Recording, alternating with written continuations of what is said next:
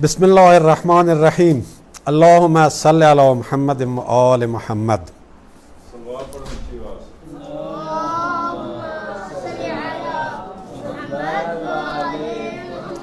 لگتا ہے صلوات کو روزہ لگا ہوا ہے.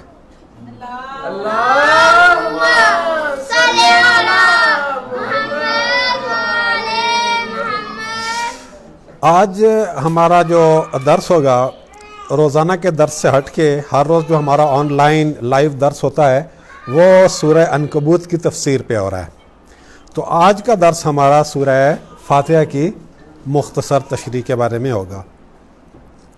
سورہ فاتحہ جو ہے یہ اتنی عظیم چیز ہے کہ اگر صرف سورہ فاتحہ ہی مسلمانوں کو ٹھیک طرح سے سمجھ آ جائے اور وہ سورہ فاتحہ پر عمل کرنا شروع کر دیں، اپنی زندگی سورہ فاتحہ کے مطابق گزارنا شروع کر دیں، ان کی دنیا بھی بن جائے گی، ان کی آخرت بھی بن جائے گی. تو سب سے پہلے تو سورہ فاتحہ پڑھتے ہیں، آپ سب بھی دل میں پڑھیں اور اپنے مرحومین کے ایصال ثواب بھی کر دیجئے گا. تو میں اونچی آواز میں پڑھتا ہوں، آپ سب ساتھ ساتھ دل میں پڑھیے. بسم اللہ الرحمن الرحیم.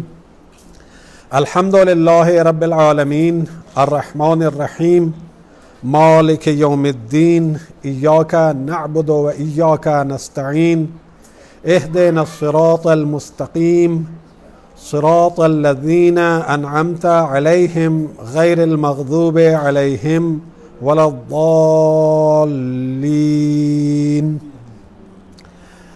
سورہ فاتحہ. سورہ فاتحہ کے ہم شروع میں دیکھ لیتے ہیں.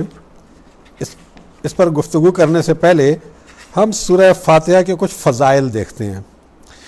ایک حدیث میں ہے سورہ فاتحہ کے فضائل کے بارے میں، اسے غور سے سنیے گا، خاص طور پر یہ جو بچے اور یہ جو یوتھ ہے نا، اچھی طرح سے غور سے سننا ہے اس کو.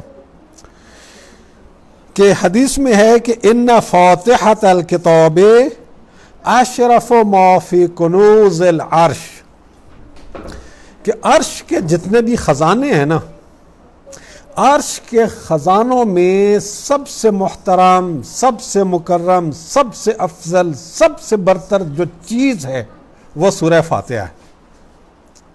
ایک انسان کے گھر میں مثال کے طور پر خزانہ ہوتا ہے، ایک سیف آپ نے رکھا ہوا ہے، اس کو بڑے کوڈ وغیرہ لگا کے رکھے ہوئے ہیں، اس میں ہو سکتا ہے آپ نے کیش رکھا ہوا ہو، اس میں ہو سکتا ہے آپ نے چاندی کے زیورات رکھے ہوں، سونے کے زیورات رکھے ہوں، پلاٹینم رکھا ہوا ہو، ڈائمنڈ رکھا ہوا ہو، مختلف قسم کی قیمتی چیزیں رکھے ہوئے ہوں.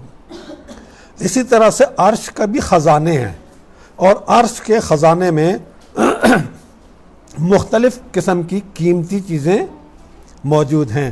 تو یہ حدیث یہ بتا رہی ہے کہ عرش کے خزانوں میں جو سب سے قیمتی چیز ہے، جو سب سے اعلیٰ چیز ہے، جو سب سے بڑھیا چیز ہے، وہ سورہ فاتحہ ہے. سورہ فاتحہ عرش کے خزانوں میں سے سب سے افضل خزانہ ہے. ایک حدیث ہے رسول اللہ صلی اللہ علیہ وآلہ وسلم سے، جس میں آپ فرماتے ہیں من قرأ فاتحة الكتاب فكأنما قرأ التوراة والانجیل والزبور والفرقان. جس شخص نے سورہ فاتحہ پڑھی تو گویا اس شخص نے تورات، انجیل، زبور اور قرآن ان سب کو پڑھ لیا. یعنی ابھی آپ نے سورہ فاتحہ پڑھی ہے میرے ساتھ مل کر، تو اس حدیث کے مطابق آپ نے جو سورہ فاتحہ پڑھی ہے، یہ سورہ فاتحہ پڑھنے کے اندر آپ نے پوری تورات بھی پڑھ لی، آپ نے پوری انجیل بھی پڑھ لی، آپ نے پوری زبور بھی پڑھ لی، اور آپ نے پورا فرقان یعنی پورا قرآن مجید بھی آپ نے پڑھ لیا. جو کچھ ساری آسمانی کتابوں میں ہے اس سب کا خلاصہ اور اس سب کا نچوڑ اللہ تعالیٰ نے سورہ فاتحہ میں رکھ دیا ہے. سورہ فاتحہ بسم اللہ الرحمن الرحیم سے شروع ہوتی ہے، ولا الضالین پہ ختم ہوتی ہے. تو ہمارے پاس 1 گھنٹہ ہے. اس 1 گھنٹے میں انشاءاللہ ہم کوشش کریں گے سورہ فاتحہ کے بارے میں ایک مختصر اور جامع گفتگو آپ کے سامنے پیش کر سکیں۔ بسم اللہ الرحمن الرحیم سے اس کا آغاز ہو رہا ہے، اور بسم اللہ الرحمن الرحیم اسلامی آداب میں سے سب سے اہم ادب ہے۔ ادب یعنی ایٹیکیٹ۔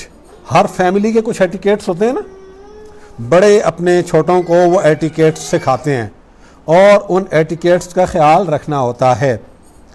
تو اسلامی آداب، اسلامی ایٹیکیٹس میں سے سب سے اہم ایٹیکیٹ یہ ہے، سب سے اہم ادب یہ ہے کہ ایک مسلمان اپنے سارے کاموں کا آغاز بسم اللہ الرحمن الرحیم سے کرے۔ مولا علی علیہ السلام کا ایک ارشاد ہے تفسیر نور الثقلین میں بسم اللہ الرحمن الرحیم کے ذیل میں ہی۔ مولا علی فرماتے ہیں فَقُولُوا عِنْدَ افتتاح كُلِّ أَمْرٍ صَغِيرٍ أَوْ عَظِيمٍ بسم اللہ الرحمن الرحیم۔ آپ کو چھوٹا کام شروع کرنے لگے ہو یا بڑا کام شروع کرنے لگے ہو، ہر چھوٹے بڑے کام کے شروع میں آپ نے بولنا ہے بسم اللہ الرحمن الرحیم۔ ایک اور حدیث میں ہے کہ ہر وہ کام جو بسم اللہ الرحمن الرحیم کے بغیر شروع کیا جائے وہ کام ادھورا ہوتا ہے، ابتر ہوتا ہے۔ ادھورا ہوتا ہے کہ کیا مطلب ہے؟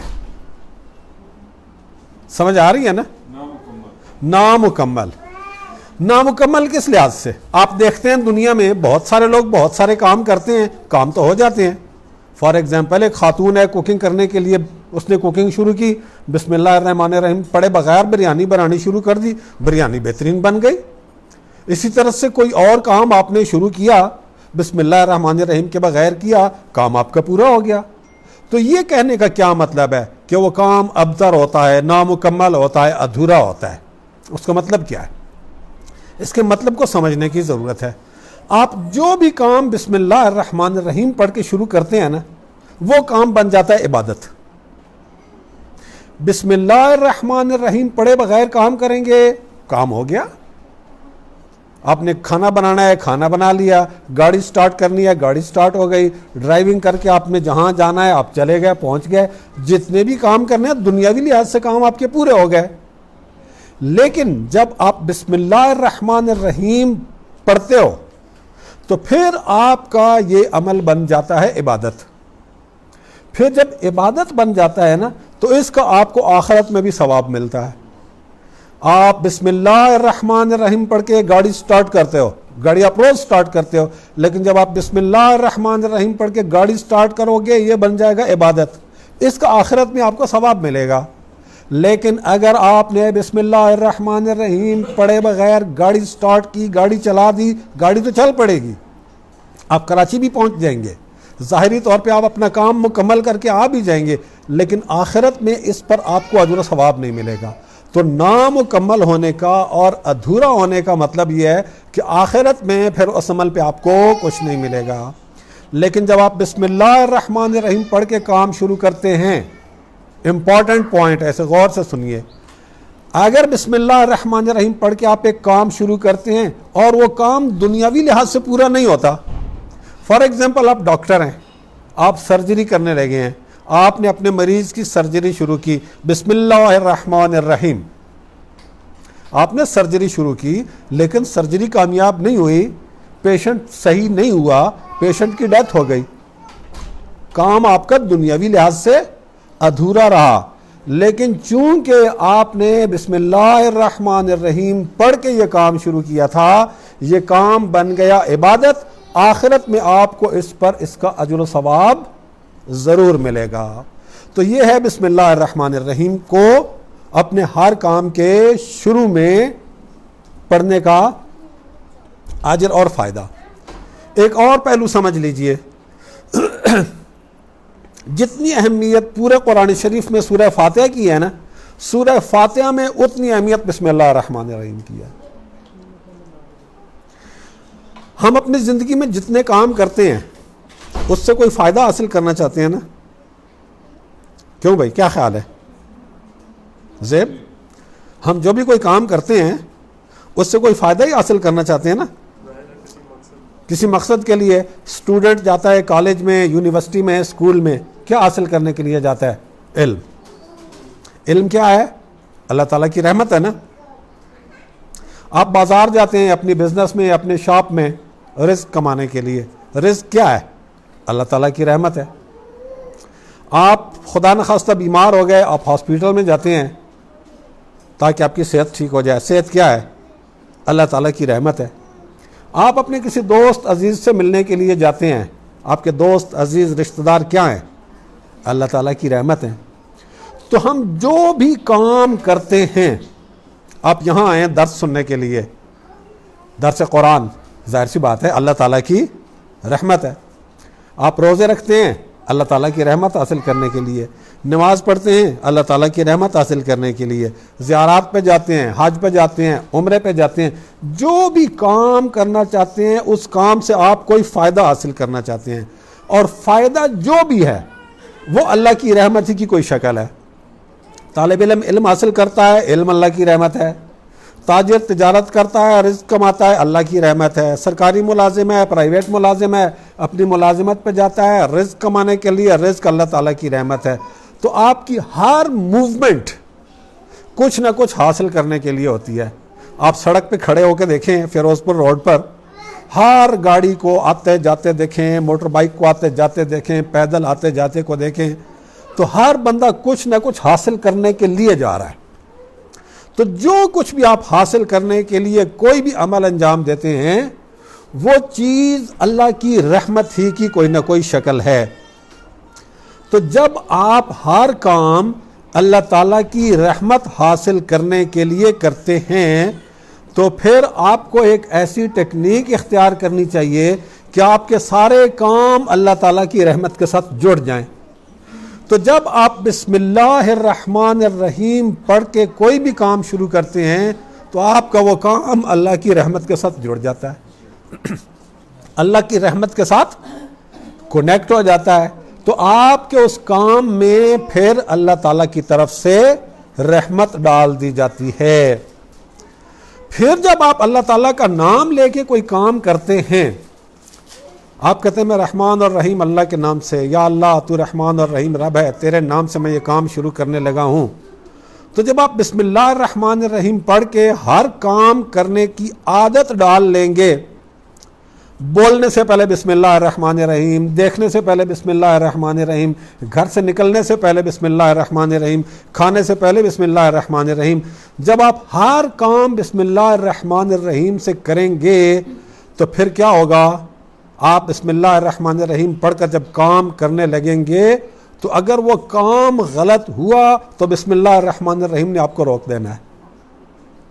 اب بولنے لگے ہیں بسم اللہ الرحمن الرحیم, کسی کی غیبت کرنے کا پروگرام بنا, آپ کہیں نہیں غیبت تو نہیں کرنی ہے, اس سے تو میں اللہ تعالیٰ کی رحمت سے دور ہو جاؤں گا. تو جب آپ اپنا ہر کام بسم اللہ الرحمن الرحیم کے ساتھ جوڑنے کے عادی بن جائیں گے, جب یہ آپ کی روٹین بن جائے گی کہ آپ کا ہر کام بسم اللہ الرحمن الرحیم کے ساتھ ہو, تو پھر آپ کی زندگی سے گناہ جو ہیں وہ نکلنا شروع ہو جائیں گے, دور ہونا شروع ہو جائیں گے. نتیجہ کیا ہوگا؟ آپ کے سارے کام اللہ کی مرضی کے مطابق ہونا شروع ہو جائیں گے. تو قرآن اللہ نے کیوں بھیجا ہے؟ تاکہ آپ اللہ کی مرضی کے مطابق چلیں. اللہ نے قرآن شریف سے پہلے تورات, زبور, انجیل یہ کیوں بھیجی تھیں؟ تاکہ لوگ اللہ کی ہدایت کے مطابق چلیں. اگر ہم صرف بسم اللہ الرحمن الرحیم کو پکڑ لیں ٹھیک طرح سے تو بسم اللہ الرحمن الرحیم ہمیں خود بخود اللہ کے راستے کے اوپر لے آتی ہے اور شیطانی رستوں سے ہمیں محفوظ کر لیتی ہے. بسم اللہ الرحمن الرحیم. تو اپنی یہ ایک ڈیولپ کر لیں, روٹین ڈیولپ کر لیں کہ رات کو سونے کے لیے لائٹ آف کرنے لگے ہیں بسم اللہ الرحمن الرحیم, صبح اٹھے ہیں بسم اللہ الرحمن الرحیم, ہر کام بسم اللہ الرحمن الرحیم, ہر کام بسم اللہ الرحمن الرحیم. بسم اللہ الرحمن الرحیم میں 4 الفاظ ہیں, بسم اللہ الرحمن الرحیم. اس میں 3 اللہ تعالیٰ کے نام ہیں, اللہ, رحمان, رحیم. اللہ اس ہستی کا نام ہے، اس ذات کا نام ہے جو اس پوری کائنات کی خالق اور مالک ہے، خالق اور مالک، حقیقی مالک۔ ہم جن چیزوں کے مالک ہوتے ہیں ہم ان کے خالق نہیں ہوتے ہیں۔ اللہ جس چیز کا مالک ہے اللہ تعالیٰ اس کا خالق ہے، اور جو ہماری مالکیت ہوتی ہے وہ ہوتی ہے عارضی مالکیت۔ اللہ تعالیٰ کی اللہ تعالیٰ کی مالکیت کیا ہے؟ حقیقی مالکیت ہے، حقیقی مالکیت۔ یہ کتاب میری ہے، ٹھیک ہے، میں اس کتاب کا مالک ہوں، میری ملکیت ہے، میری اجازت کے بغیر کوئی لے جائے گا تو وہ چوری کہلائے گی، ٹھیک۔ لیکن اگر میں خود کسی کو گفٹ کر دوں تو پھر میں اس کا مالک نہیں رہا، پھر جس کو میں نے گفٹ کر دی وہ اس کا مالک بن گیا، یا میں نے سیل کر دی، جس نے خرید لی وہ اس کا مالک بن گیا، تو میری مالکیت ختم ہو گئی، اگلے بندے کی مالکیت شروع ہو گئی۔ آپ نے خریدی، آپ کی ملکیت ہو گئی، آپ نے آگے کسی اور کو گفٹ کر دی، پھر آپ کی ملکیت نہیں رہی، اس کی ملکیت بن گئی۔ لیکن میری ملکیت ہے، میری ملکیت سے نکل کے آپ کی ملکیت میں آ گئی، آپ کی ملکیت سے لے کے کسی اور کی ملکیت میں نکل گئی۔ حقیقت میں یہ اللہ کی ملکیت ہے، حقیقت میں اس کا مالک اللہ ہے، اور اللہ کی ملکیت کبھی بھی ختم نہیں ہوتی ہے۔ ہماری ملکیت ختم ہوتی رہتی ہے، اللہ کی ملکیت کبھی ختم نہیں ہوتی ہے۔ تو اللہ تعالیٰ وہ ذات ہے جو اس پوری کائنات کا، یہ پوری کائنات جو ہمارے وہم و گمان میں بھی نہیں آ سکتی ہے، اس پوری کائنات کا خالق ہے، مالک ہے، رب ہے، ان کے امور کو چلا رہا ہے۔ وہ احد ہے، ایک ہے، اس جیسا دوسرا سوچا بھی نہیں جا سکتا۔ وہ صمد ہے، صمد یعنی سب اس کے محتاج ہیں، کوئی اس کا محتاج، سب اس کے محتاج ہیں، وہ کسی کا محتاج نہیں ہے۔ لم یلد ولم یولد، نہ اس کو کسی نے جنم دیا نہ اس نے کسی کو جنم دیا۔ ولم یکن لہ کفوا احد، اس کے برابر کوئی ہے ہی نہیں، اس کی برابری کوئی کر بھی نہیں سکتا۔ یہ ہے اللہ۔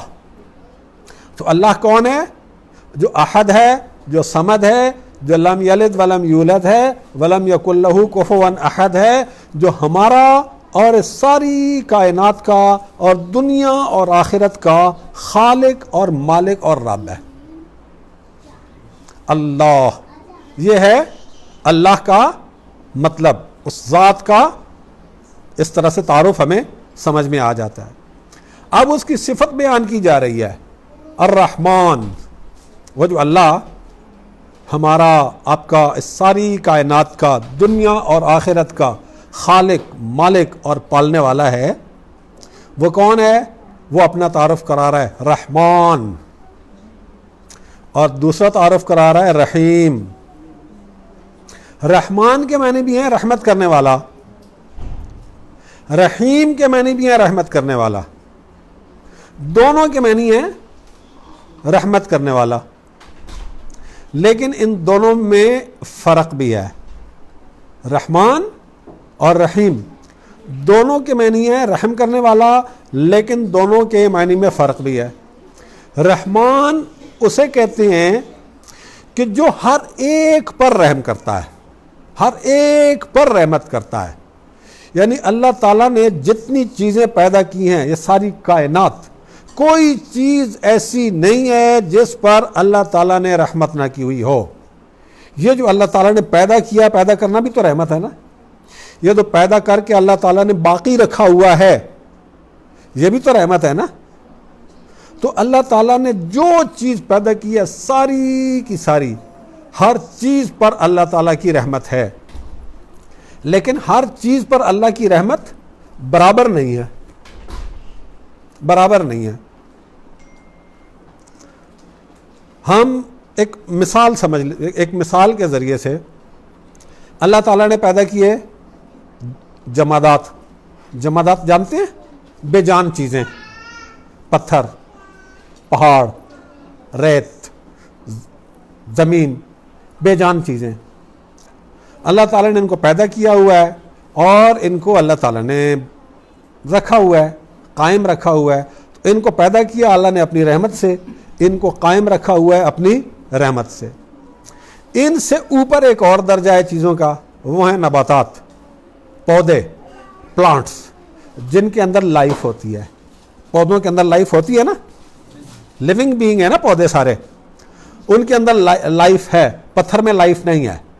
تو جس کے اندر لائف ہے وہ نان لیونگ بینگ سے سپیریئر ہے, اس پر اللہ تعالیٰ کی رحمت اور زیادہ ہے کہ اللہ تعالیٰ نے اس کو ایک قسم کی زندگی دی ہوئی ہے.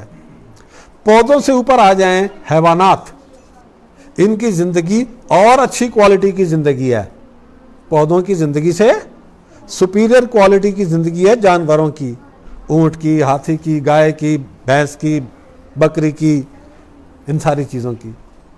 ان کی لائف پودوں کی لائف سے سپیریئر قسم کی لائف ہے.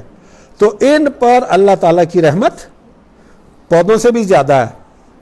ان سے اوپر آ جائیں انسان, تو انسانوں کی لائف, انسانوں کا جو درجہ ہے وہ ساری مخلوقات سے زیادہ سپیریئر ہے کہ اللہ تعالیٰ نے زندگی بھی دی, زندگی دینے کے بعد عقل بھی عطا کی.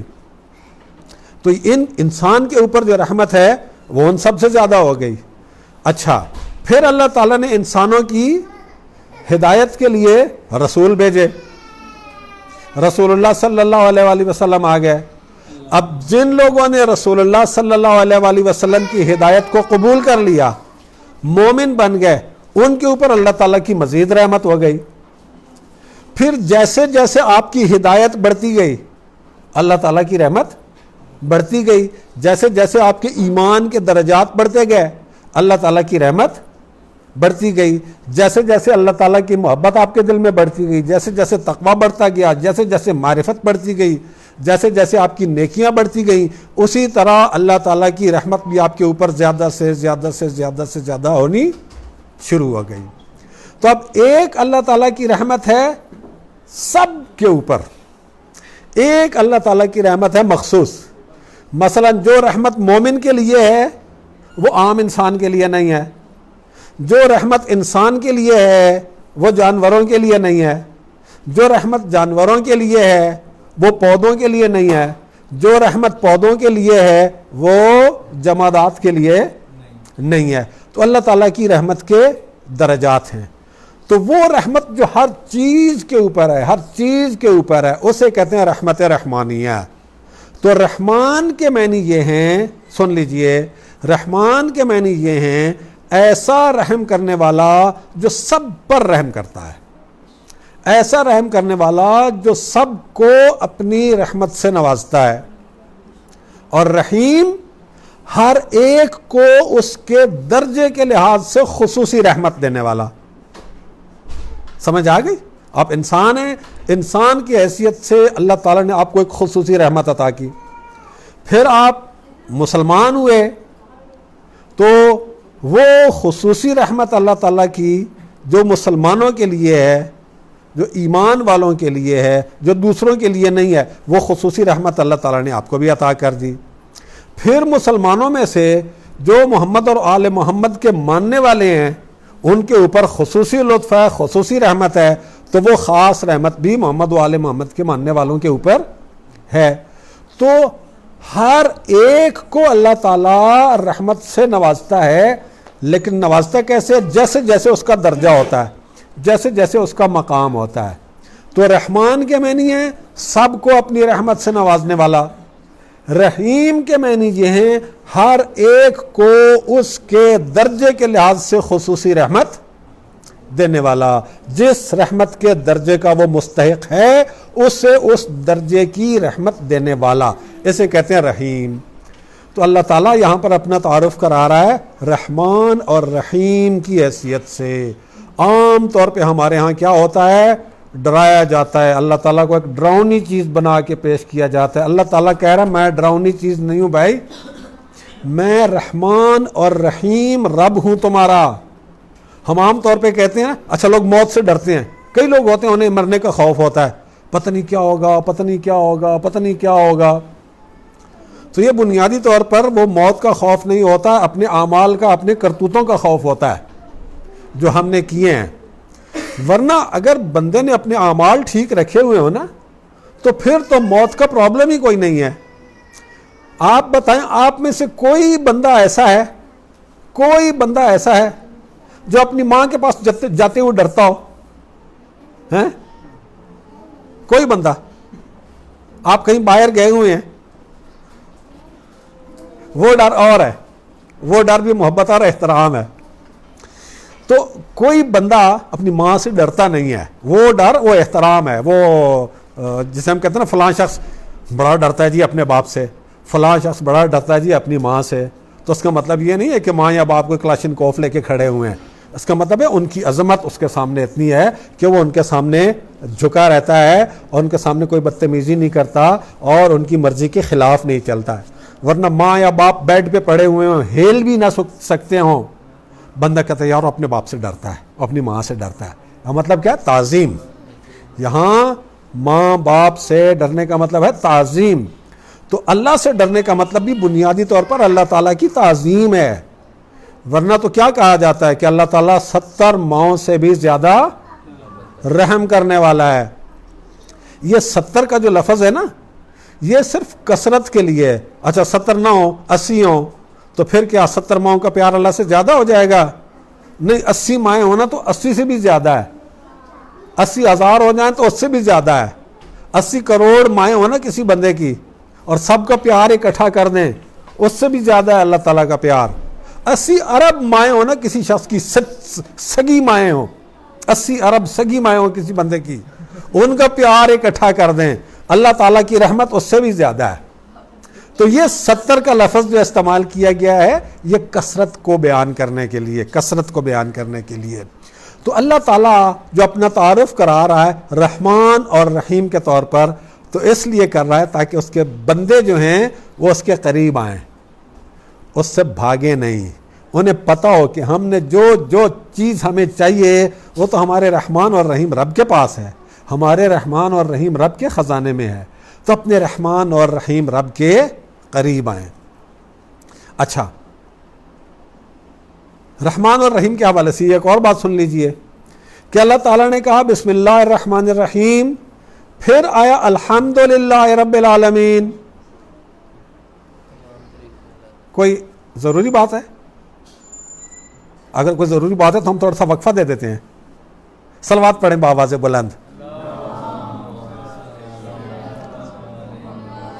اب تھوڑا سا آہستہ آواز سے, یہ تو بلند آواز سے تھی نا, اب ذرا اونچی آواز سے صلوات پڑھیے.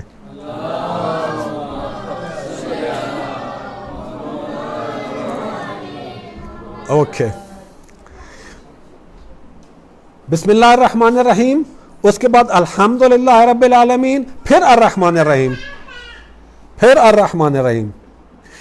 یہ جو بسم اللہ الرحمن الرحیم ہے یہ آیت ہے, اس میں 4 لفظ ہیں, بسم اللہ الرحمن الرحیم. ایک آیت کے گیپ کے بعد پھر آگے آ رہا ہے الرحمن الرحیم. یہاں یہ 2 نام اللہ تعالیٰ کے رحمان اور رحیم, پوری آیت. بسم اللہ میں رحمان رحیم آیت کا حصہ ہے. اگر 4 الفاظ ہیں آیت میں تو یہ 2 الفاظ الرحمن الرحیم یہ آیت کا حصہ ہیں.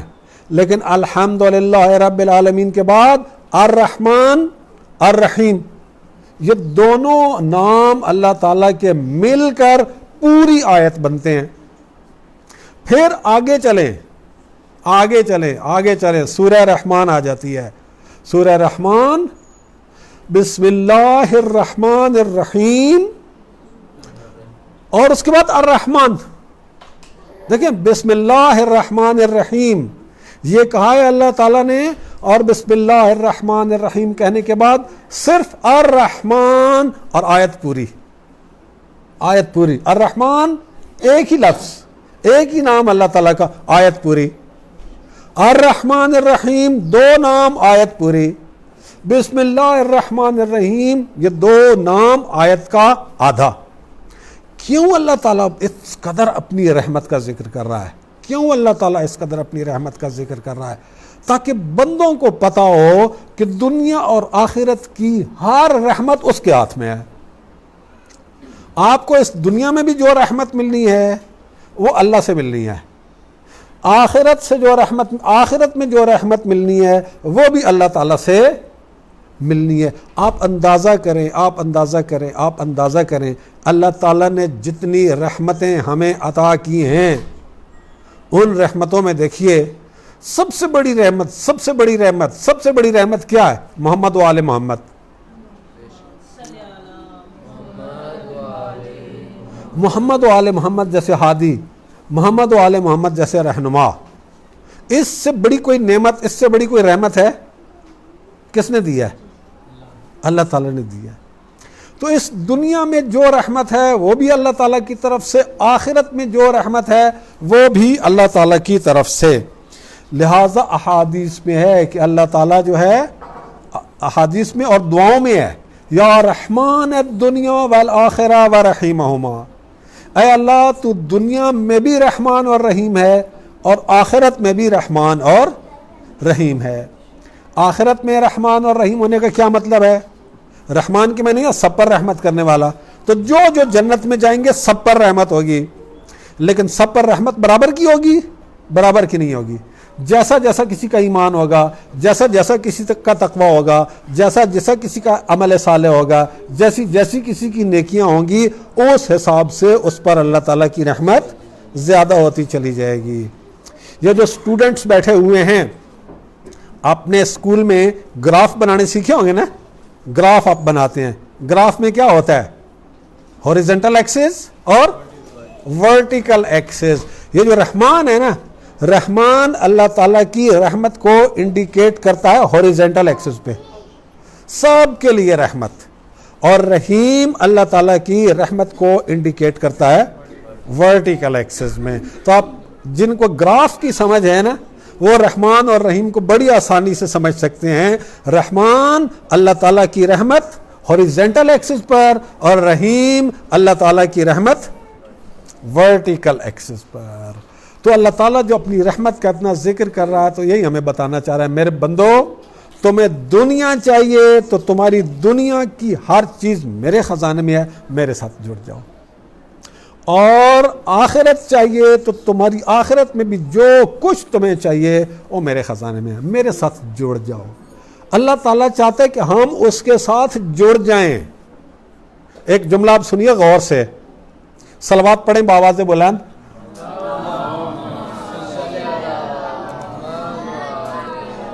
اللہ تعالیٰ چاہتا ہے کہ ہم اس کے ساتھ جڑ جائیں۔ اللہ تعالیٰ کو کیا ضرورت ہے کہ ہم اس سے جڑیں؟ اللہ کا کوئی فائدہ ہے؟ ہمارا فائدہ ہے نا کہ ہم اس سے جڑ جائیں۔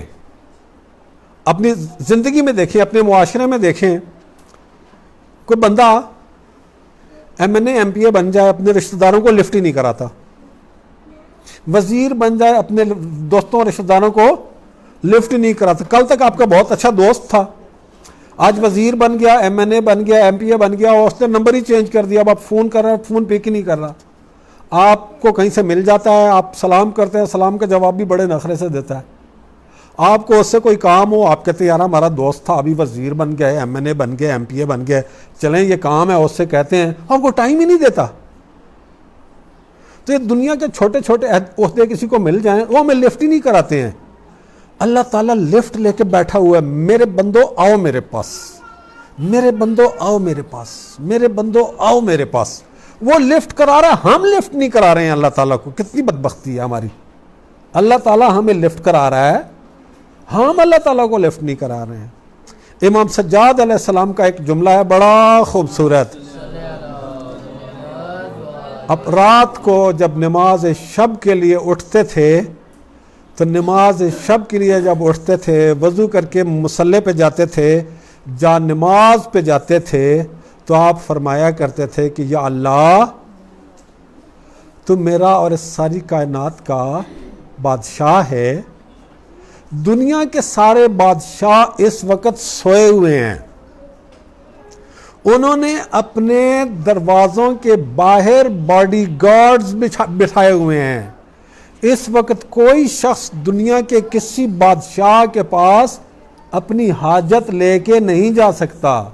کوئی اپنی حاجت لے کے اس وقت جائے تو وہ ناراض ہو جائے گا، غصے کرے گا، لیکن یا اللہ تو کتنا کریم بادشاہ ہے، تو کتنا رحمان اور رحیم بادشاہ ہے کہ ساری بادشاہ دنیا کے سوئے ہوئے ہیں، تو جاگ رہا ہے، تیرا دروازہ بھی کھلا ہوا ہے، تیرے دروازے کے اوپر کوئی باڈی گارڈ بھی نہیں بیٹھے ہوئے ہیں، ہر وقت تیرے بندے تیری بارگاہ میں آ سکتے ہیں۔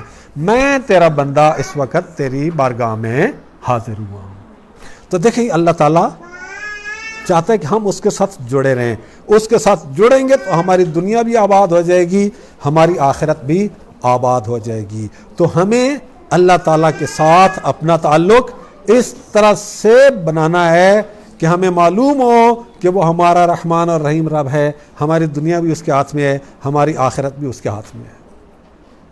الحمدللہ رب العالمین، سب تعریفیں اللہ تعالیٰ کے لیے ہیں جو سب عالمین کا رب ہے۔ ساری تعریفیں اللہ کے لیے ہیں۔ تعریف کس بات پر کی جاتی ہے؟ کمال پر کی جاتی ہے یا نقص پر کی جاتی ہے؟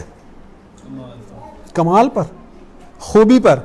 کسی بندے کے اندر ہم ایک دوسرے کی تعریف کرتے ہیں نا، تعریف کس چیز پر کرتے ہیں؟ خوبی پہ کرتے ہیں نا۔ اب فلاں بڑا سچ بولتا ہے، فلانا بڑا انسانی ہمدردی رکھتا ہے، فلانا جو ہے بڑا ایماندار آدمی ہے، فلانا جو ہے بڑا محنتی طالب علم ہے، فلانا جو ہے وہ لوگوں کے کام آتا ہے۔ اچھی باتوں کے اوپر تعریف کرتے ہیں۔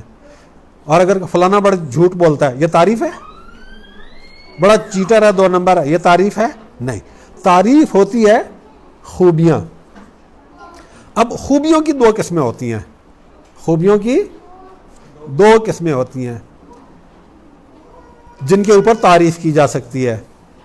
ایک خوبی وہ ہوتی ہے جو آپ کی اختیاری ہوتی ہے، ایک خوبی وہ ہوتی ہے جو اختیاری نہیں ہوتی ہے۔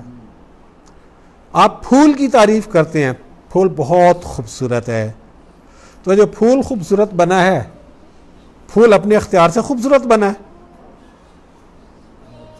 کس نے بنایا ہے؟ اللہ نے بنایا اس کو خوبصورت۔ آپ کہتے ہیں ہیرا بڑا قیمتی ہے، بڑا خوبصورت ہے، چاند بڑا خوبصورت ہے، تو چاند خود خوبصورت بنا ہے؟ اللہ نے اسے خوبصورت بنایا ہے۔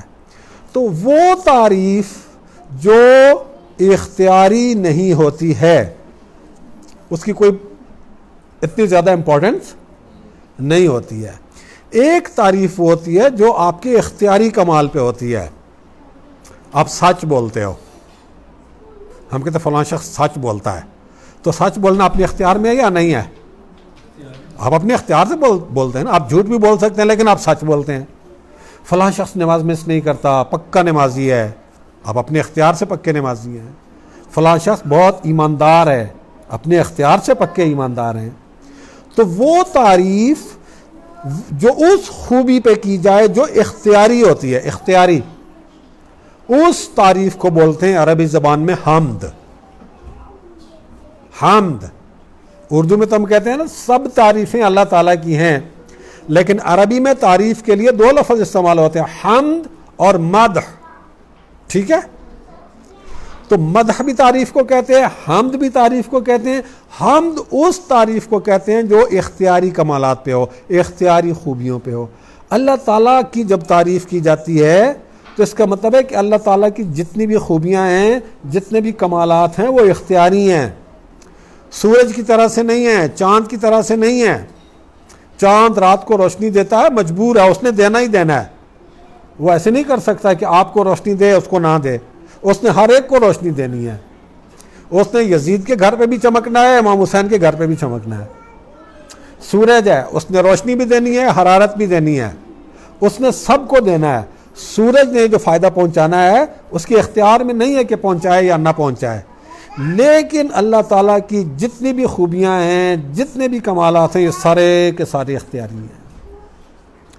اور کوئی ایسی خوبی نہیں ہے، کوئی ایسی اچھائی نہیں ہے، کوئی ایسی قابل تعریف بات نہیں ہے جو ہم سوچ سکیں اور وہ اللہ تعالیٰ میں نہ پائی جاتی ہو۔ اللہ تعالیٰ کے صفاتی نام کتنے ہیں؟ اسماء حسنہ۔ وہ جو اللہ تعالیٰ کے اسماء حسنہ ہے نا، اللہ تعالیٰ کے جو اسماء حسنہ ہیں وہ سارے کے سارے اللہ تعالیٰ کے کمالات ہیں، ان میں سے ایک بھی اس کے اندر نہ پایا جائے تو وہ اللہ نہیں رہتا۔ یعنی ہر وہ کمال، ہر وہ خوبی جو قابل تصور ہے وہ اللہ میں پائی جاتی ہے، اور وہ کیا ہے؟ رب العالمین، عالمین کا رب ہے، عالمین کا رب ہے۔ عالمین کسے کہتے ہیں؟ عالمین کسے کہتے ہیں؟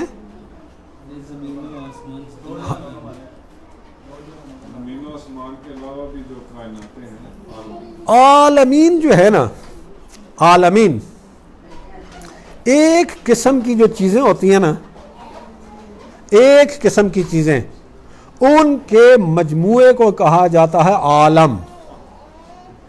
جیسے مثال کے طور پر جتنے بھی دنیا میں سارے مسلمان ہیں، ان سب کے مجموعے کو ہم کہتے ہیں عالم اسلام، یہی کہتے ہیں نا، عالم اسلام، یعنی سارے مسلمان مل کے بن گئے عالم اسلام۔ سارے کفار کو ملا کے کہتے ہیں عالم کفر، سارے انسانوں کو ملا دیں تو بن جائے گا عالم انسانیت۔ تو جتنی بھی چیزیں ہیں، ایک جیسی چیزوں کا جو مجموعہ ہے اس کو بولتے ہیں عالمین۔ اب جانوروں کو دیکھ لیں، جانوروں میں ہزاروں قسم کی ورائٹیز موجود ہیں۔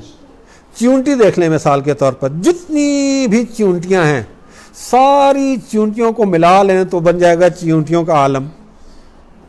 چڑیاں جتنی بھی ہیں ساری چڑیوں کو ملا لیں وہ بن جائے گا چڑیوں کا ایک عالم۔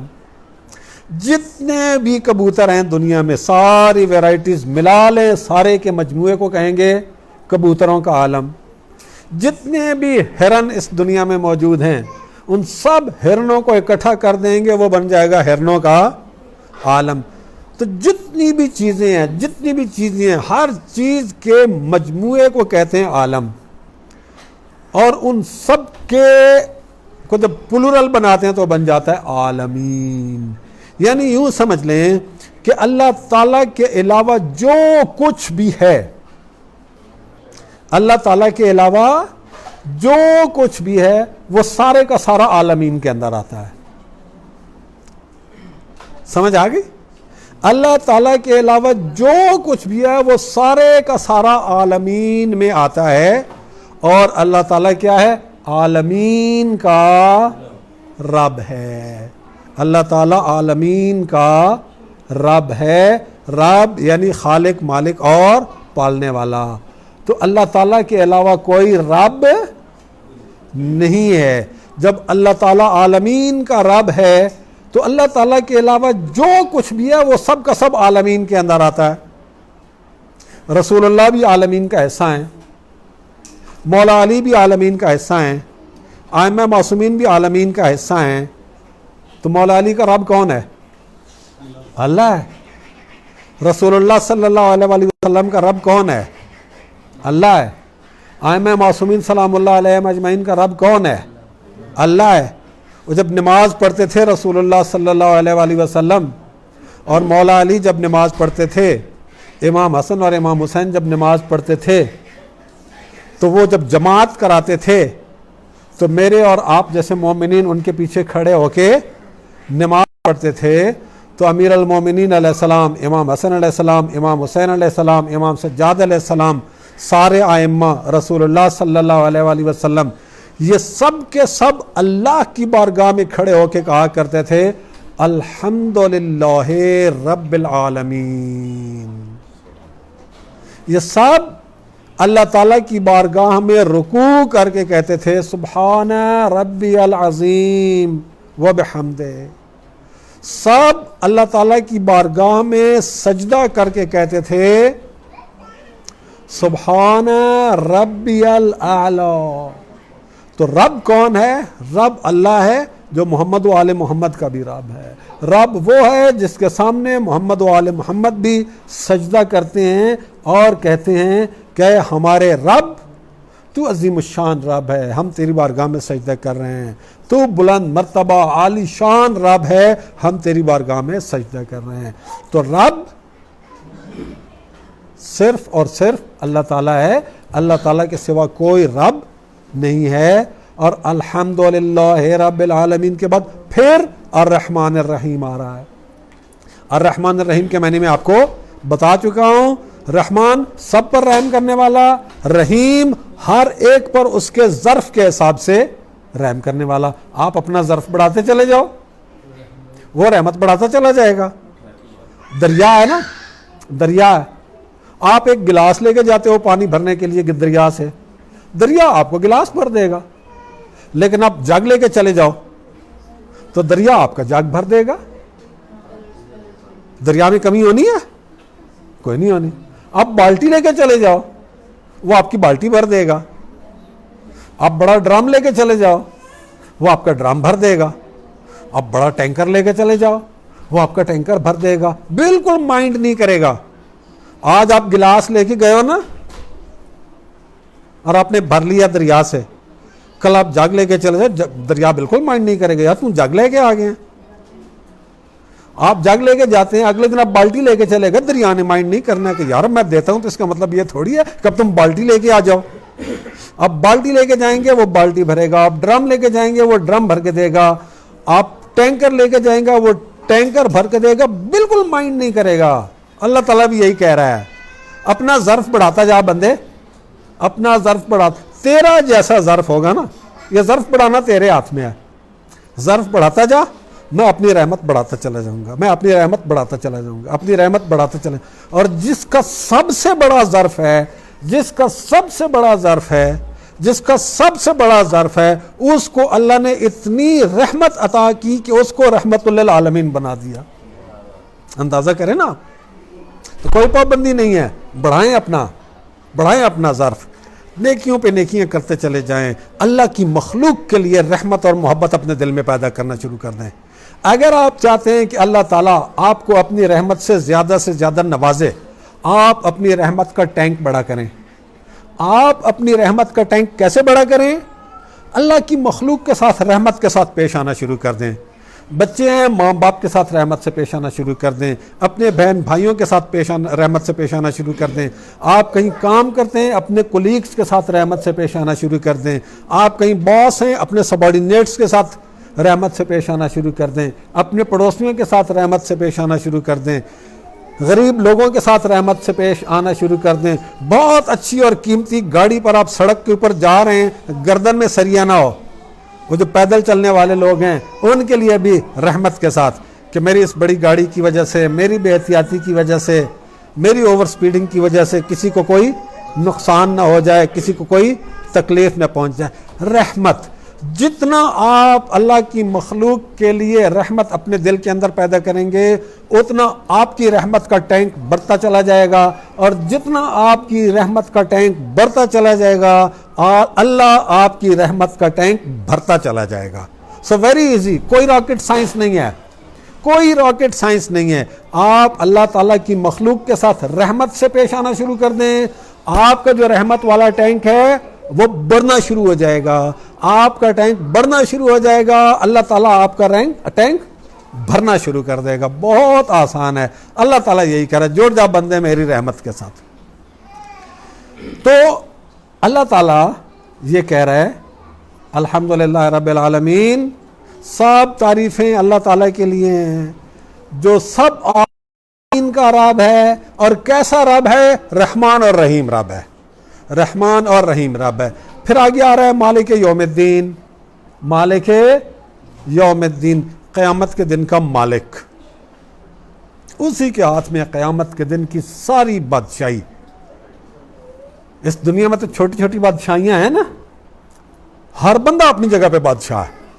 اس دنیا میں دیکھیں تو اپنی جگہ پہ ہر بندہ بادشاہ ہے، لیکن قیامت کے دن بادشاہی صرف اللہ تعالیٰ کی بادشاہی ہونی ہے۔ اس دن مالک بھی ہر چیز کا وہی ہونا ہے، اور بادشاہ بھی ہر چیز کا وہ ہونا ہے۔ اس دن کسی کے ہاتھ میں نہ کسی کی ملکیت ہوگی، آپ کے ہاتھ میں کوئی چیز نہیں ہوگی، سب کچھ اس کے ہاتھ میں ہوگا، اور ہر چیز کا اقتدار اس کے ہاتھ میں ہوگا۔ اب یہ دیکھیے، اللہ نے یہ جو الحمدللہ رب العالمین اور مالک یوم الدین کے درمیان الرحمن الرحیم رکھا ہے نا، یہ بڑی خاص وجہ سے رکھا ہے کہ جس طرح سے میں عالمین کا رب ہونے کی حیثیت سے رحمان اور رحیم رب ہوں، اسی طرح سے مالک یوم الدین ہونے کی حیثیت سے وہاں پر بھی میں رحمان اور رحیم ہوں۔ وہاں پر بھی اصل میں اللہ تعالیٰ نے رحمان اور رحیم ہونے کی حیثیت سے اپنے بندوں کے ساتھ برتاؤ کرنا ہے، سلوک کرنا ہے۔ جتنی معافی کی گنجائش ہوگی نا اللہ تعالیٰ نے دینی ہے، جتنی میکسیمم معافی کی گنجائش ہونی ہے اللہ تعالیٰ نے دینی ہے۔ اللہ تعالیٰ نے قیامت کے دن دو کام کرنے ہیں، عدل اور رحمت۔ عادل اور رحمت۔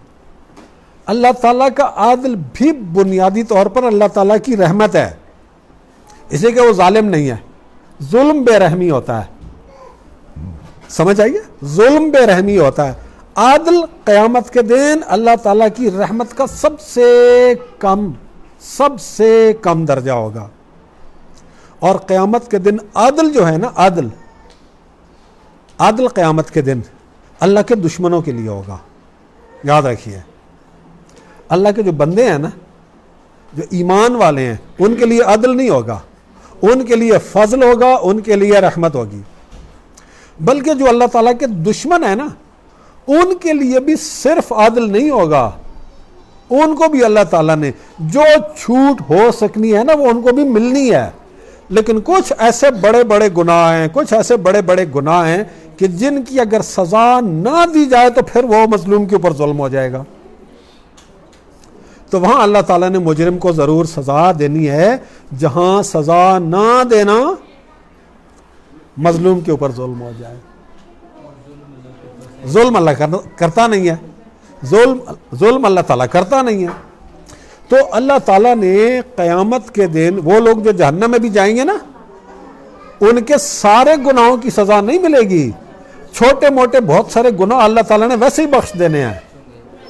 جیسے مثال کے طور پر یہاں اس دنیا میں عدالت میں کسی بندے کے خلاف 4 کیس چلے گئے، 2 کیسز میں بری ہو گیا یا معاف ہو گیا، اور 2 کیسز میں سزا ہو گئی۔ تو قیامت کے دن اللہ تعالیٰ وہ سارے لوگ جو جہنم میں جائیں گے نا، ان کے بھی ہر گناہ کی وجہ سے نہیں، بہت سارے چھوٹے موٹے ایسے گناہ ہوں گے جنہیں اللہ تعالیٰ نے دیکھنا ہی نہیں ہے، معافی کر دینا ہے۔ وہ جہنم میں جائیں گے بہت بڑے بڑے گناہوں کی وجہ سے،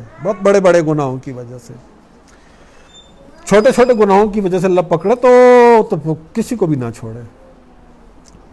تو اللہ تعالیٰ نے قیامت کے دن عادل رکھا ہے اپنے دشمنوں کے لیے، عادل رکھا ہے محمد و آل محمد کے دشمنوں کے لیے، عادل رکھا ہے حق کے دشمنوں کے لیے۔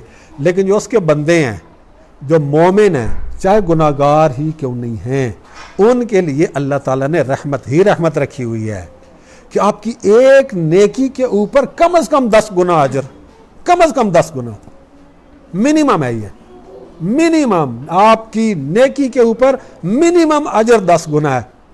یہ تھوڑی رحمت ہے؟ اور پھر ہماری نیکیوں کو قبول کر لینا، ہم اس قابل ہیں کہ ہماری نیکیاں قبول کی جائیں؟ ہم جو نمازیں پڑھتے ہیں، ہم جو روزے رکھتے ہیں، ہم جو باقی سارے نیک کام کرتے ہیں، ہماری نیتیں کیسی ہوتی ہیں، ہماری معرفت کیسی ہوتی ہے، ہمارے عمل کی کوالٹی کیا ہوتی ہے؟ آپ یقین کریں، یہ جو نماز ہم پڑھتے ہیں، اگر اللہ تعالیٰ ہماری نماز ہمارے منہ پہ مار دے نا، یہ اس کا عدل ہوگا۔ ہماری نماز اس قابل نہیں ہے کہ اس کی بارگاہ میں پیش کی جائے، وہ ہمارے منہ پہ مار دے نا ہماری نماز، یہ اس کا عدل ہے۔ لیکن وہ ہمارے منہ پہ نہیں مارتا، یہ اس کا فضل ہے، یہ اس کا کرم ہے، اس کا احسان ہے ہمارے اوپر۔ تو وہ بتاتا ہے کہ میں تمہارا رحمان اور رحیم رب ہوں اس دنیا میں بھی، میں تمہارا رحمان اور رحیم رب ہوں اگلی دنیا میں بھی، بس اپنے آپ کو میری رحمت کے ساتھ جوڑ دو۔ اب اس کی رحمت کے ساتھ جوڑنے کا طریقہ کیا ہے؟ ایاک نعبد و ایاک نستعین، بس اس کے بندے بن جاؤ، اس کے بندے بن جاؤ۔ یا اللہ تو میرا مالک ہے، میں تیرا بندہ ہوں، تو میرا باس ہے، میں تیرا بندہ ہوں۔ اب باس کا لفظ وہ مطلب نہیں سمجھاتا جو مالک کا لفظ سمجھاتا ہے۔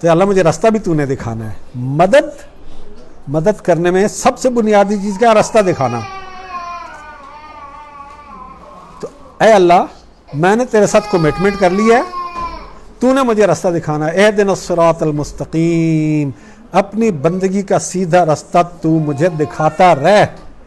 زندگی میں ہر قدم پر ہمیں اللہ تعالیٰ کی ہدایت کی ضرورت ہوتی ہے. ہم جو بھی قدم اٹھاتے ہیں نا, بالکل پاسبل ہوتا ہے کہ ہمارا وہ قدم صحیح راستے پر پڑے, ہمارا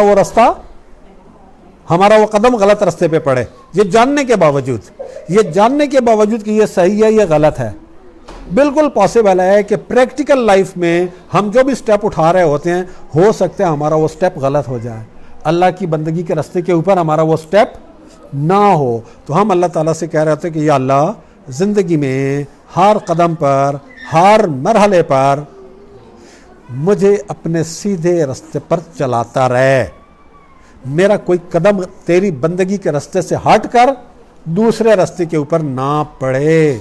صراط الذین انعمت علیہم, یا اللہ تو مجھے ان لوگوں کے راستے پر چلا جن پر تو نے اپنی خصوصی نعمتیں نازل کی ہیں. اللہ تعالیٰ نے جن ہستیوں پر اپنی خصوصی نعمتیں نازل کی ہیں ان میں سب سے افضل, سب سے اعلیٰ, سب سے برتر محمد وآل محمد ہیں. یعنی ہم اللہ تعالیٰ سے دعا مانگ رہے ہوتے ہیں کہ یا اللہ تو ہمیں محمد و آل محمد کے راستے پر چلا. تو پھر ہم اپنے اندر خود بھی کمٹمنٹ پیدا کریں, اپنے ساتھ کمٹمنٹ پیدا کریں کہ میں نے محمد و آل محمد کے راستے پر چلنا ہے. وہی اللہ تعالیٰ کی بندگی کا سیدھا راستہ اور صراط مستقیم ہے. غیر المغضوب علیہم, تیرے وہ بندے جن پر تیرا غضب نہیں ہوا, ولا الضالین, تیرے وہ بندے جو کبھی بھی گمراہ نہیں ہوئے. یا اللہ میں نے ان لوگوں کے راستے پر چلنا ہے. تو یہ ہے ہماری سورہ فاتحہ کا مفہوم, سورہ فاتحہ کا مطلب, سورہ فاتحہ کی روح. اگر یہ سمجھ آ جائے اور ہم اس کو پکڑ لیں اپنی زندگی میں اور اس کے مطابق زندگی بسر کرنا شروع کر دیں, تو ہم اللہ تعالیٰ کے وہ بندے بن جائیں گے کہ جن پر اللہ تعالیٰ اس دنیا میں بھی اپنا خصوصی لطف و کرم کرے گا اور آخرت میں بھی اللہ تعالیٰ اپنا خصوصی لطف و کرم فرمائے گا. اللہ تعالیٰ ہم سب کے دلوں کو, ہم سب کے ذہنوں کو, ہم سب کی سوچوں کو قرآن شریف کے نور سے, سورہ فاتحہ کے نور سے منور فرمائے. اپنی گفتگو میں یہاں پہ کرتا ہوں ختم, اور آپ احباب کی طرف سے کوئی سوالات ہوں اسی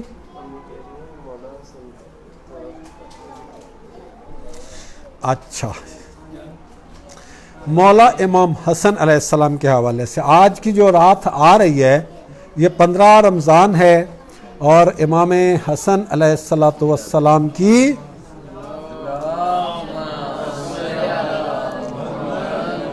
ولادت باسعادت کی عید ہے. یہ عید ہے.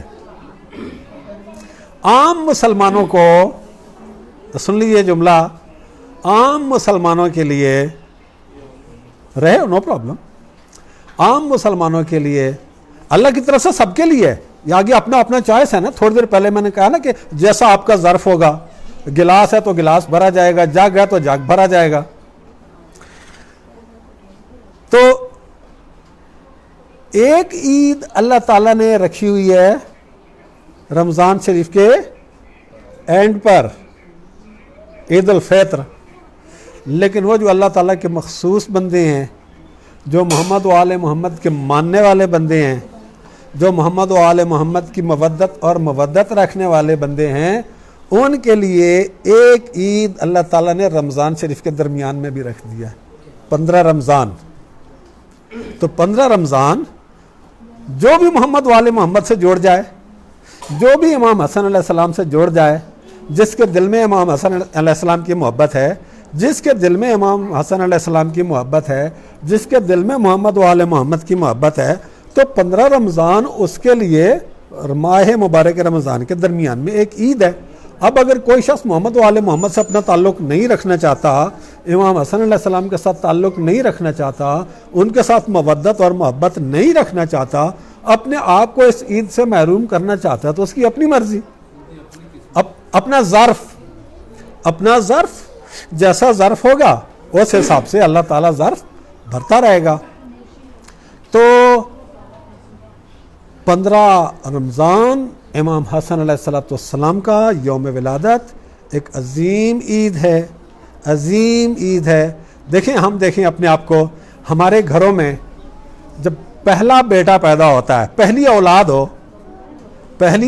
ہو اور پہلی اولاد ہی بیٹا ہو تو کتنی خوشی ہوتی ہے گھر میں، ماں باپ کو کتنی خوشی ہوتی ہے، نانا نانی کو کتنی خوشی ہوتی ہے، دادا دادی زندہ ہوں تو ان کو کتنی خوشی ہوتی ہے۔ تو مولا علی اور جناب سیدہ سلام اللہ علیہ کے گھر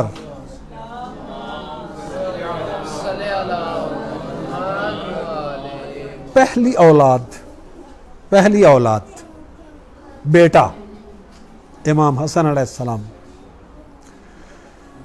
تو والدین کے لیے کتنی خوشی کی بات ہوگی، جناب سیدہ سلام اللہ علیہ کے لیے کتنی خوشی کی بات ہوگی، مولا علی کے لیے کتنی خوشی کی بات ہوگی۔ دادا دادی تو امام حسن علیہ السلام کے اس وقت اس دنیا میں نہیں تھے، نانی حضرت خدیجہ سلام اللہ علیہ وہ بھی اس وقت دنیا میں موجود نہیں تھی، لیکن نانا موجود تھے، رسول اللہ صلی اللہ علیہ وآلہ وسلم۔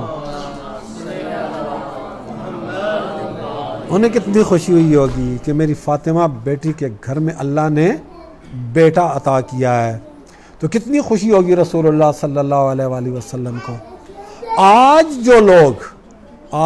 جو لوگ امام حسن علیہ السلام کا یوم ولادت منا رہے ہیں، آج جو لوگ امام حسن علیہ السلام کے یوم ولادت کی عید منا رہے ہیں، یہ رسول اللہ صلی اللہ علیہ وآلہ وسلم کی خوشی میں شریک ہیں۔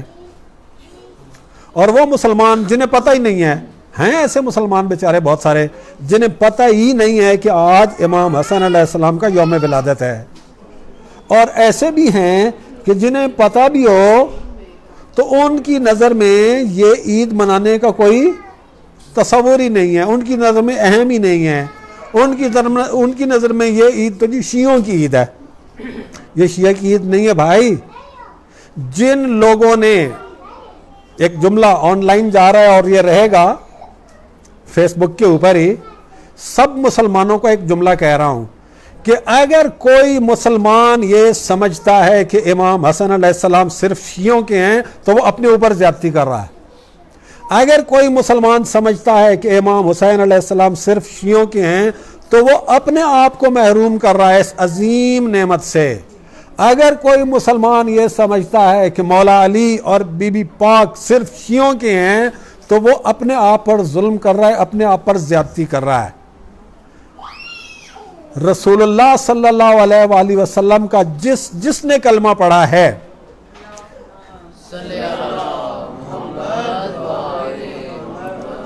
جس نے رسول اللہ کا کلمہ پڑھا ہے، جس کے دل میں رسول اللہ کی محبت ہے، رسول اللہ کی آل سے اس کو محبت ہونی چاہیے رسول اللہ کے لیے۔ اگر آل محمد میں سے کسی شخص کو کوئی بندہ اس لیے چھوڑ دے کہ اسے شیعہ مانتے ہیں تو سمجھ لیں اس سے بڑا جاہل کوئی نہیں ہے۔ یہ کتنی بڑی جہالت ہے کہ کوئی بندہ میری وجہ سے اپنی آخرت خراب کر لے، کوئی بندہ شیعوں کے ساتھ تعصب کی وجہ سے، شیعوں کے ساتھ اختلاف کی وجہ سے اپنی آخرت خراب کر لے۔ یہ بہت بڑی جہالت ہے اور اپنے ساتھ بہت بڑا ظلم ہے، اپنے ساتھ بہت بڑی زیادتی ہے۔ تو آج 15 رمضان کی جو عید ہے یہ بنیادی طور پر رسول اللہ صلی اللہ علیہ وآلہ وسلم کی عید ہے، یہ مولا علی کی عید ہے، یہ جناب سیدہ سلام اللہ علیہ کی عید ہے۔ جس طرح آپ کے دوستوں میں، آپ کے جاننے والوں میں سے کسی کے گھر نواسا پیدا ہوتا ہے، آپ اس کو وش کرتے ہیں، ہوتا ہے فیس بک کے اوپر آ جاتا ہے، اسٹیٹس اپڈیٹ ہو جاتا ہے، اللہ تعالیٰ نے مجھے پوتا عطا کیا، اب فوراً نیچے سے اس کو مبارکباد بھیج رہے ہوتے ہیں، ساتھ وہ پھولوں والے ایموجیز بھیج رہے ہوتے ہیں، اپنی محبت کا اظہار کر رہے ہوتے ہیں۔ کوئی کہتا ہے جی میرا نواسا ہوا ہے, کوئی کہتا ہے میرا بیٹا ہوا ہے, کوئی کہتا ہے میرے پوتا ہوا ہے, آپ اسے فوراً وش کرنا شروع کر دیتے ہیں. بھائی رسول اللہ صلی اللہ علیہ وآلہ وسلم کے پہلے نواسے کی سالگرہ ہے. امام حسن علیہ السلام شیعوں کے امام ہیں, لیکن شیعوں کا امام ہونے سے پہلے وہ رسول اللہ کے پہلے نواسے ہیں. تو جو رسول اللہ سے محبت رکھتا ہے, جس کے دل میں رسول اللہ کی محبت ہے, جو چاہتا ہے کہ قیامت کے دن رسول اللہ اس کی شفاعت کریں, وہ رسول اللہ صلی اللہ علیہ وآلہ وسلم کو وش کرے, اپنے سٹیٹس اپڈیٹ لگائیں, آج کی رات کی مناسبت سے اپنی محبت کا اظہار کریں رسول اللہ صلی اللہ علیہ وآلہ وسلم سے, اپنی محبت کا اظہار کریں مولا علی سے, اپنی محبت کا اظہار کریں رسول اللہ صلی اللہ علیہ وآلہ وسلم کی اس بیٹی سے کہ جس سے بڑھ کر رسول اللہ صلی اللہ علیہ وآلہ وسلم کو اس کائنات میں کوئی عزیز نہیں تھا. تو یہ آج کی عید یہ کوئی ایک رسم نہیں ہے, سمپلی رسم نہیں ہے. جو آج کی عید منا رہا ہے وہ رسول اللہ صلی اللہ علیہ وآلہ وسلم کو وش کر رہا ہے, وہ مولا علی کو وش کر رہا ہے, وہ جناب سیدہ کو وش کر رہا ہے, ان کی خوشی کے اندر شریک ہو رہا ہے. اور جب کوئی ان کی خوشی کے اندر شریک ہوتا ہے, ان کے غم میں غمگین ہوتا ہے, تو پھر اس کے اوپر ان کی نظر محبت اس دنیا میں بھی ہوتی ہے اور آخرت میں بھی ہوتی ہے. ہم سب کو دعا کرنی چاہیے کہ یا اللہ محبت اور ولایت محمد و آل محمد کے نور کو اس دنیا میں بھی ہمارے ساتھ رکھ اور آخرت میں بھی ہمارے ساتھ رکھ. اور یہ جو عید ہے, آج کی عید, اس سب کی سب سے پہلے اپنی طرف سے اور آپ سب کی طرف سے مولا امام زمان علیہ السلام کی خدمت میں مبارکباد پیش کرتا ہوں, اور پھر اپنی طرف سے آپ سب کو اور دنیا بھر میں سب مومنین اور مومنات کو مبارکباد پیش کرتا ہوں.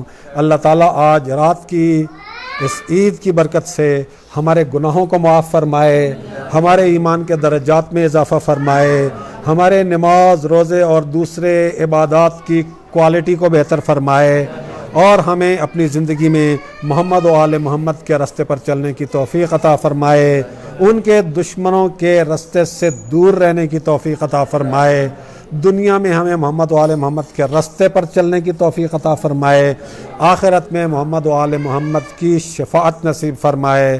ہمارے ملک کو یا اللہ بحق محمد و آل محمد اپنی خصوصی رحمتوں اور برکتوں سے بہرامند فرما. ہمارے ملک میں اور پوری دنیا میں یہ جو کرونا کی مصیبت آئی ہوئی ہے, یا اللہ ہمارے ملک کو اور ہماری پوری دنیا کو اس کرونا کی وبا سے نجات عطا فرما. ہم سب پر رحم فرما, ہم سب پر رحم فرما, ہمارے مرحومین پر رحم فرما, ہمارے مرحومین کے درجات کو بلند فرما, ان کی مغفرت فرما, ہم سب پر دنیا اور آخرت میں اپنی خصوصی رحمت نازل فرما. بمحمد و آلہ اجمعین و برحمتک یا ارحم الراحمین.